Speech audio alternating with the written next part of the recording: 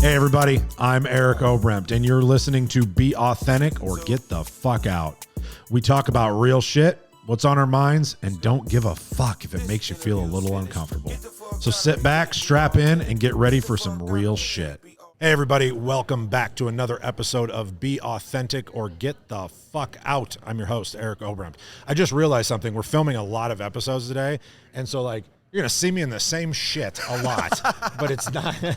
No outfit changes? No, apparently not. I did not think that through. For what it's worth, I was more of a fan of the pink. Thank you.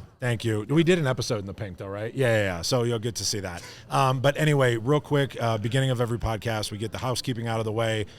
We don't have sponsors. Nobody pays for this shit except me, D&M Roofing, and we give all of our money to Roofers in Recovery. So our ask, the Andy Frisella ask, is share this shit.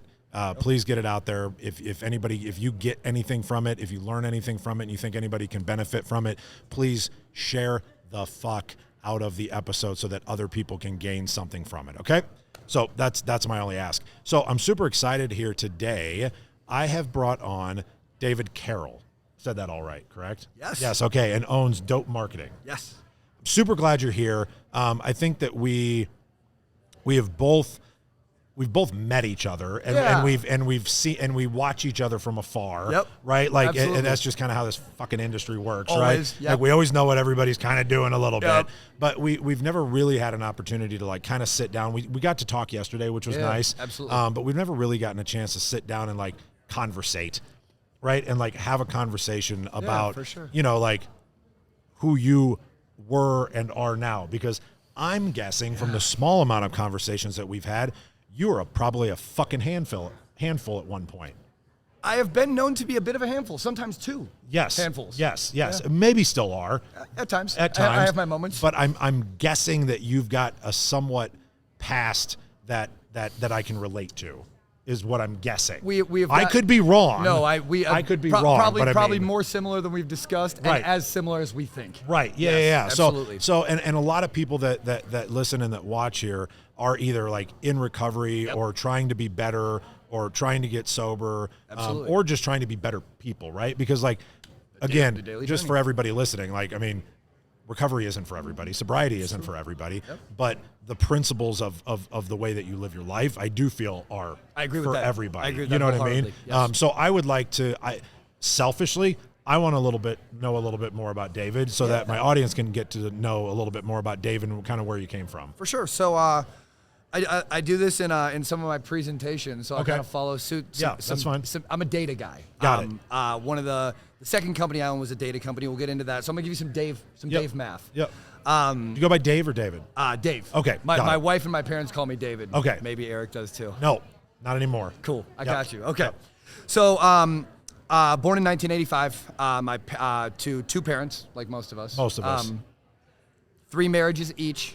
I have 8 brothers and sisters, 1 full, but mom and dad had 3 on each side. Okay. I was the product of the second, and then dad is still on number 3. Mom has since divorced. How many are you on? Number 3. I'm just on 1, man. Oh. Somehow. I don't know how. Really? 5th kid on the way, but only Wow. only 1 marriage. Yeah. I'm on 3rd wife, only 1 kid. So I've been together with my wife Yep. for 12 years. We've only been engaged for 4 months. Oh, wow. Yeah. How'd you dodge that fucking bullet? I don't know. It's one of these skill sets. She must really that like you. Apparently, I don't know how it works. Really, she keeps it together for Yeah. sure. For me, she is the box to my handfuls. Yeah, definitely. Yeah, sorry, go ahead. No, you're good, I interrupt man. a lot. I'm an equal interrupter. Okay, all right. Again, we get along very Yeah, well right. for reasons.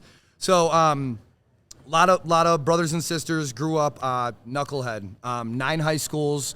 Took out 3 student loans to sell weed with. I was counting 17. At 17 years old, I was counting $1 million in a hotel room. 21, I was headed to prison because I wasn't that great of a drug dealer. We'll get into more of those stories later. I've had so many drug dealers on. Looking around like, dude, seriously, if you watch any of our episodes, you'd be like, holy shit, he had another drug dealer There's a on lot. and another drug dealer on. Magnet to him. Dude, for real. But it goes back to, I think that the best entrepreneurs were drug dealers. I find that in success, we live in a world of cliches. Yeah. So keep your circle smaller, Yep. watch who you hang out with, more money, more problems, these things. Yep. So I'm 21, I go to prison, I go for 4 years. Got out and... A a guy robbed me for 150 grand. I kicked his door and I hit him with a pistol. Okay. Yeah. So the actual charge was aggravated assault? Two first-degree burglaries, two first-degree burglaries, first-degree aggravated robbery, second-degree assault. Should have been 8 years. So they told me I woke up in the hospital because I got stabbed 3 times in the house. Which will happen. Yeah, I found out I'm knife-proof, so that was good. That's good. That was good. Yeah, You guys in a knife fight, call me. Right, I got you. yeah. We should start a course on that. You should. Great. Yeah, you could sell it. There we go.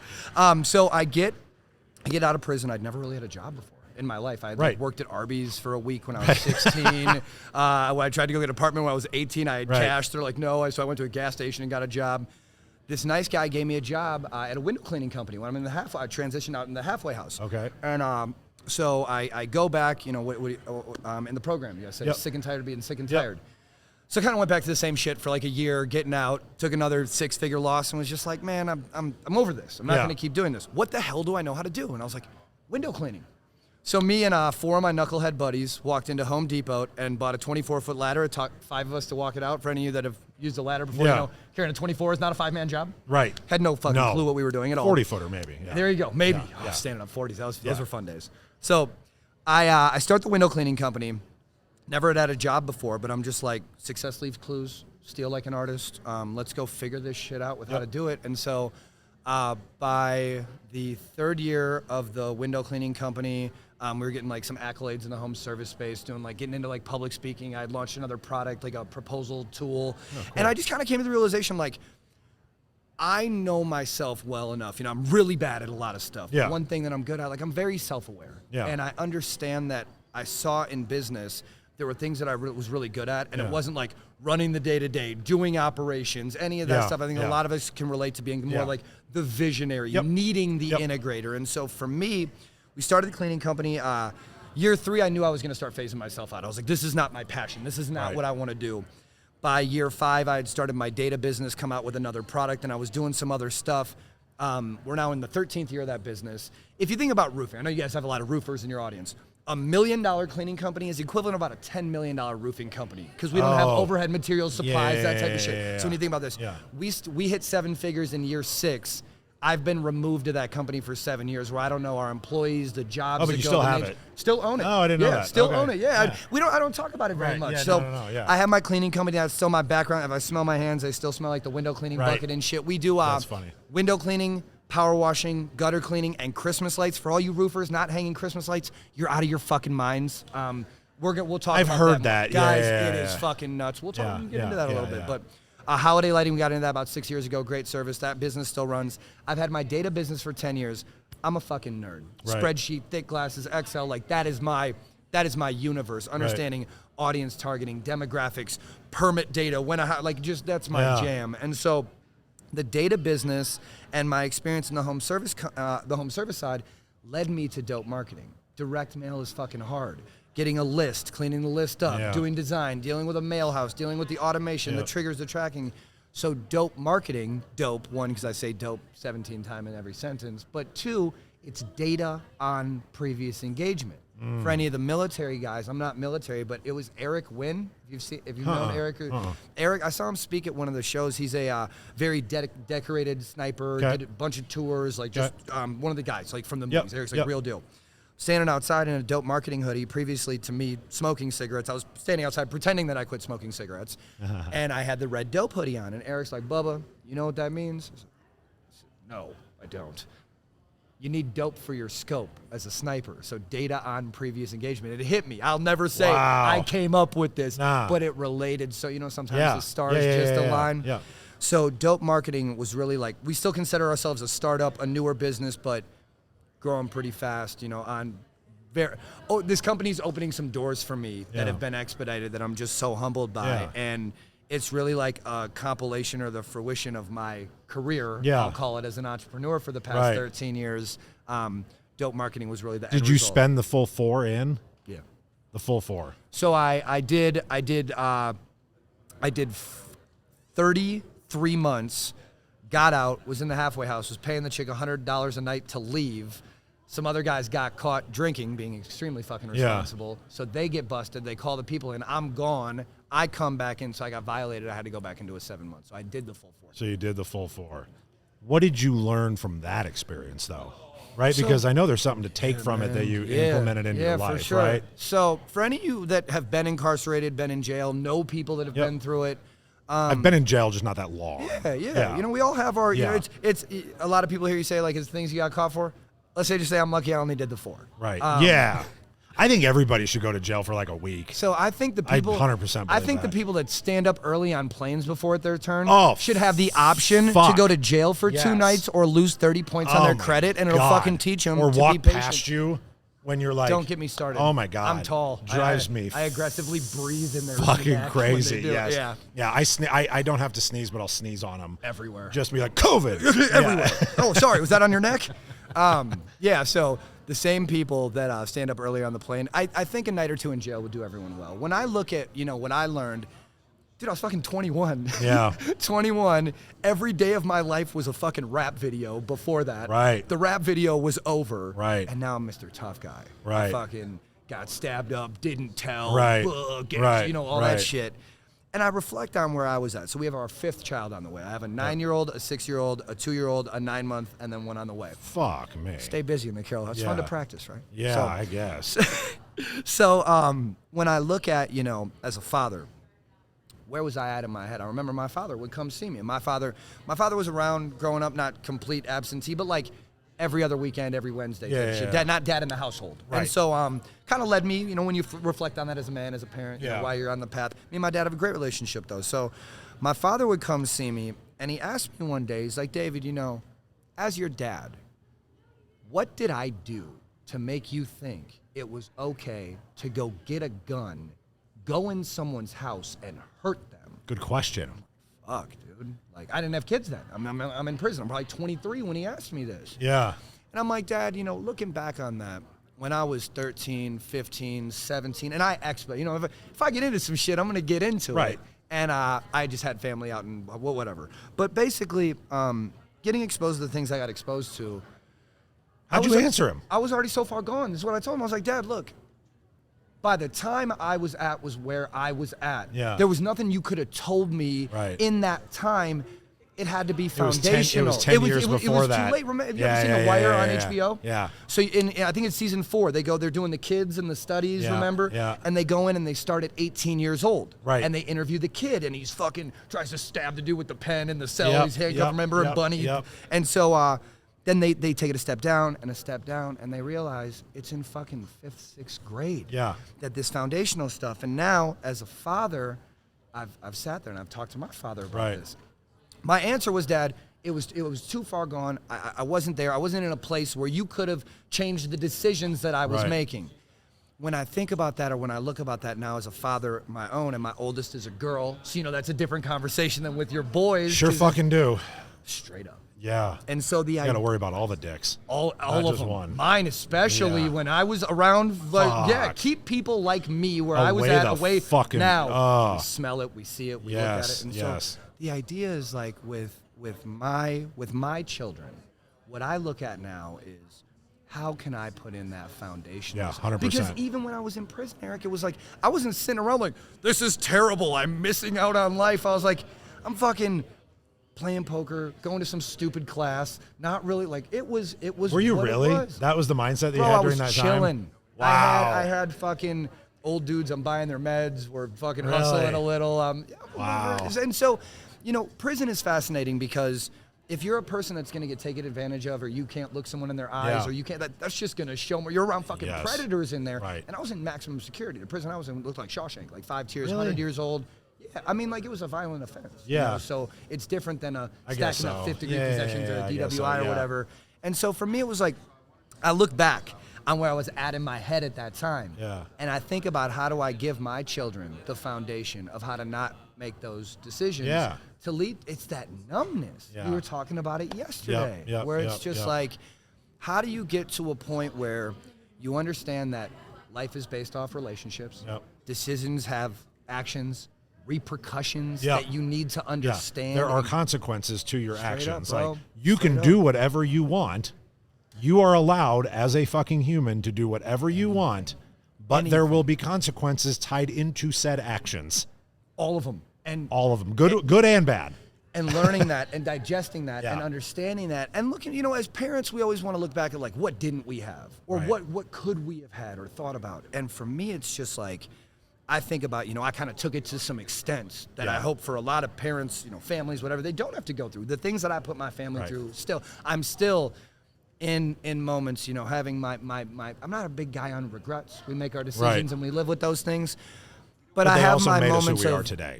compassion and empathy towards what I put my family through and the people around me. for sure. And I think for me, the big thing is understanding from that whole thing, you get out of prison and you don't really think about it. You're getting reacclimated into Yep. But the things that I look at now, 13 years later, it's just like, how can I take from those moments? Well, I think how. Now because of what you had to go through and because of what you did go through and because of the lack of what you didn't have in that foundational time. Absolutely. You now know that is your job as a fucking man and as a 100%. dad to be able to lay that foundation and to be able to have those conversations, whether your kids fucking want to hear it or not, but they're going to hear it so that when they are 16, when they are whatever age they are, they're going to automatically just revert back and go, oh, I remember when dad said that, right? Like, because you put the time in and you're intentional. And I know you travel, I travel, like we're gone a lot. Yep. And I know that I assume just based from what you're telling me that you try to do the same thing that I do in that I'm home for 3 days. I'm going to be intentional as a motherfucker in the time that I spend with my kids. I don't know how I'd break up time for 5 fucking kids, but so good for you. 1440, bro. It's the most important number in the world. It's how many minutes you have in the day. And when you look at your exchange of those minutes, Yep. we success is cliches. Yep. Your time is your most valuable currency. So when you look at the minutes you have during the day, we as, a lot of entrepreneurs, business owners, managers, people are like, look, you have in the morning the time that you can take to yourself. So you wake up before the world wakes up and you get in your prayers, your affirmations, your meditations, your exercises, whatever gets you your foundation of the day. You wake up, you give an hour to the kids. The phone is upstairs, getting them ready for school, getting them out of the house, doing whatever. Maybe you have the pleasure to be able to take your kids to school. Then you got to give them to the world for 8 hours. Right. And all they have is these foundational things to operate off of. Yeah. At whatever age, it doesn't hate matter. that. I gotta. So hate bad, fucking but letting her go. but if and it goes back to those 1440 where you spend them. Hopefully, if you want to control the atmosphere your child is exposed to, go fucking work hard enough to afford a private school or an atmosphere, a charter school that you made some decisions to put in there. And if you're not, nothing wrong with it. Right. But there are those opportunities. We have Yeah. those minutes, Yeah. and so to split it up between the kids or to chop it up for me, it's that time in the morning for them. I got to give them to the world. We've started practicing something, and it just started this year as we're getting a little bit more disciplined and having a lot of life changes. But when I get home, I put the phone on Do Not Disturb from 5 to 7, and it just goes upstairs. Yeah. And I'm here. I'm present. I'm in the moment. The kids, Yeah. we've taken away the tablets a while ago, and they earned that or whatever. Earn but it. it's like Yeah. just having something. That's such a where- struggle, isn't it? bro. Because sometimes you want to fucking just be like, easy. shut the fuck up and take the tablet. I'm not saying it doesn't happen. It might every once in a while, but it's the being intentional about the minutes because they are also going to remember that. Bro, They're exactly. going to remember the time that you wanted to spend together and not like, what did you do growing up? I fucking did this. The whole time. And The dad whole was time. doing this and mom was doing this and they were busy and they were working. And we all know, like, I don't want to have a regret that when my kids are older, that I was working and we have this stuff, but I wasn't there because I remember what that is felt a like. regret that I fear. I think we all fear it. Yeah. It's taking action on our fears, though. Yep. Like being able to say, 100%. I'm not going to do this because you mentioned those things that they remember mom, dad, grandpa, whoever's saying. The more minutes you spend uninterrupted and intentional, the more opportunity you have to give your kids those moments of those things that they go through. It's all about moments. It's all about memories, and Absolutely. it's all about lessons. So, dude, thank you for taking the time. The one thing that we always do, though, at the end of every episode is, and I mean, we just went on a great fucking rant, but I always give the guest the last 2 minutes if there's anything that like I forgot to bring up or something that was like just on your mind in the back of your neck and you're like, man, I really wanted to fucking say that. Now's the time I want you to be able to kind of close with any last thoughts that Dave has. We went kind of deep, man. I think the biggest thing for me is like, understanding that when the responsibility you take on as a business owner, it's also your responsibility to manage that, not just for you, for the people around you. And so when you look at those delegation of minutes, when you put yourself in a position where people depend on you, your actions, reactions, how you're dealing with everything. Reactions. Yeah, bro. Because we're in a world. That's what you got to remember. We're in a world of unsolvable problems. It's all about how you react to situations. Because, and again, if you go back to kids or employees or whatever it is, they take how you react to situations, and then they make that the standard, and that okay. We say 2 things to the kids when they leave the house. What are you going to do today? And how are you going to do it? I'm going to be a leader, Dad, and I'm going to do it by being nice to somebody. Fucking love that. That's how we're closing. Dave, thanks for being here, brother. I appreciate you. For having me, the way that we end every podcast, remember, everybody, be authentic. Get the fuck out. Be authentic. Get the fuck out if you can't be authentic. Yeah. Swipes.